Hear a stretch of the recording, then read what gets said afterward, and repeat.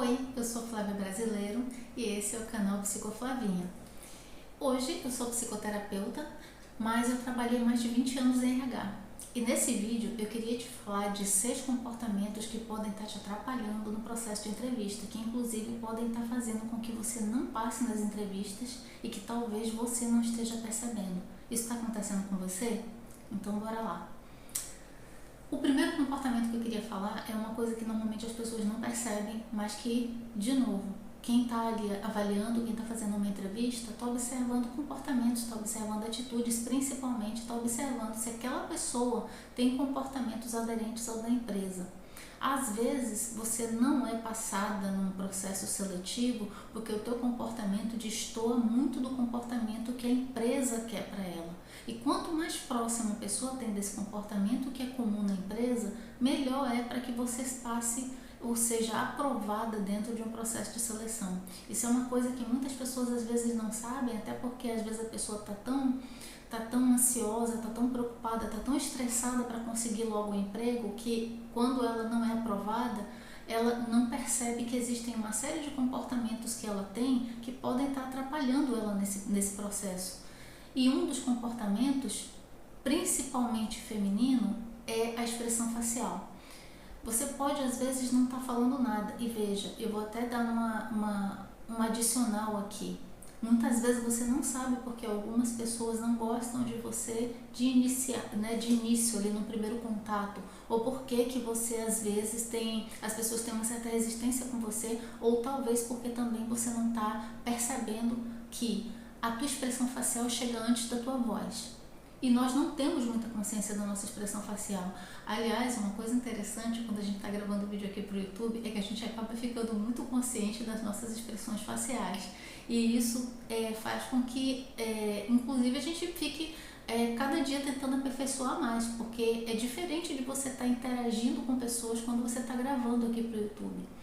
Mas a tua expressão facial é muito importante no processo de entrevista, e seja entrevista em grupo ou entrevista individual, tá? Por quê? Porque às vezes você não sabe, mas você tá olhando ali para a avaliadora ou chega uma pessoa ali junto, você tá ali aguardando para ser entrevistado, ou até mesmo online. Mas online acontece menos, tá? E daí você dá sabe aquele olhar? Às vezes até desaprovador, sabe aquele olhar às vezes irônico, sabe aquele ar que você faz assim de tipo, você tá pensando uma coisa e vai aparecer no teu rosto.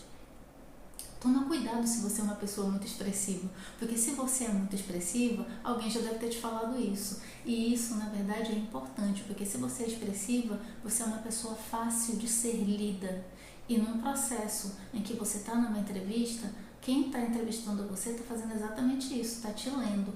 E talvez você esteja sendo lida em outras áreas da tua vida que podem estar te atrapalhando também. Então, se você é muito expressiva, presta atenção quando você for no processo de entrevista. Procura ter bons pensamentos, procura avaliar as pessoas de forma positiva, porque claramente vai ser isso que vai aparecer no teu rosto, o que você está pensando. Por isso que às vezes parece que a pessoa sabe o que a gente está pensando. Não, ela não sabe. Só que às vezes é porque a outra pessoa é muito expressiva, então fica claro o tipo de pensamento que a pessoa está tendo, não necessariamente o que ela está pensando. Então, fica atenta com relação a isso. Segundo comportamento, você não pergunta nada sobre a empresa, você não pergunta nada sobre o cargo na entrevista, você não pergunta nada sobre horários de trabalho. E aí você vai lá e a entrevistadora te pergunta um monte de coisa e você só responde e vai embora. E aí o que acontece? Isso pode te atrapalhar no processo em que você está querendo ir trabalhar naquela empresa e aparentemente você não demonstra qualquer interesse por qualquer coisa daquela empresa. Para quem está fazendo a entrevista, parece que você só está realmente preocupado em sair da situação que você está. E eu entendo que possivelmente é isso que está acontecendo.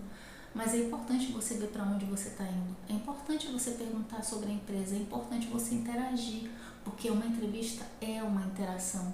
E a pessoa de RH muitas vezes precisa de pequenas informações ou pequenos comportamentos diferenciados para tomar essas decisões de que candidato vai ser aprovado para aquela vaga.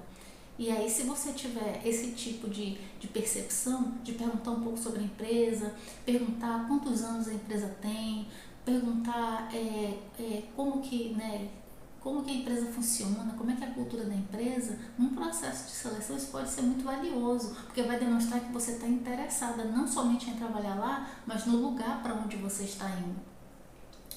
O terceiro comportamento é falar demais, falar muito mais do que aquilo que está te sendo perguntado. Que aí é diferente de você fazer algumas perguntas pontuais. Inclusive, eu até te sugiro, anota algumas coisas, para que você não se perca se você for uma pessoa que conversa muito. Porque o RH ele tem um tempo certo para fazer cada entrevista. E o tempo para o RH é muito importante, porque a pessoa que está ali te entrevistando, ela não faz só aquilo.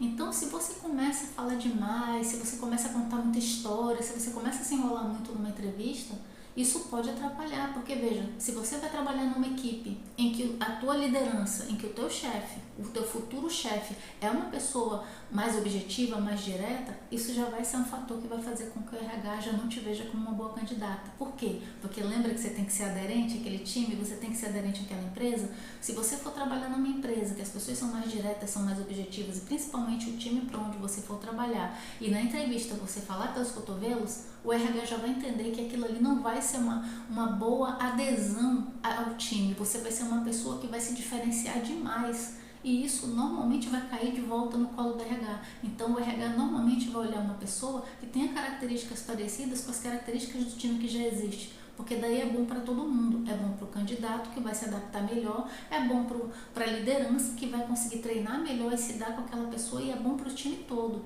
Então preste atenção. Quando você for ser entrevistada, fale aquilo que está lhe sendo perguntado, seja objetiva. O próximo comportamento é, quando você for perguntada sobre alguma coisa do teu currículo, sobre alguma competência, sobre alguma coisa que você fez, dê exemplos claros. Não fique falando demais sobre aquilo que aconteceu. Dê exemplos específicos. Quando o RH perguntar, tá, e essa empresa aqui que você trabalhou, que você passou 4 meses, o que aconteceu? Por que você saiu de lá? Você pode virar para o RH e dizer, eu saí de lá porque era um contrato temporário. E aí, como eu preciso trabalhar e eu realmente estou buscando oportunidades, essa foi a oportunidade que surgiu para mim. Percebe? Você foi clara e objetiva, você não ficou contando historinha. Então, seja clara. Numa entrevista de RH é importante você ser clara. Até porque, se você também começar a falar demais, você vai ficar ansiosa e vai demandar mais tempo. O próximo comportamento é... Muitas vezes a pessoa do RH pergunta, diga por que a empresa deveria contratar você? Por que você deveria ser contratada? Eu particularmente não gosto muito dessa pergunta, mas ela é muito comum.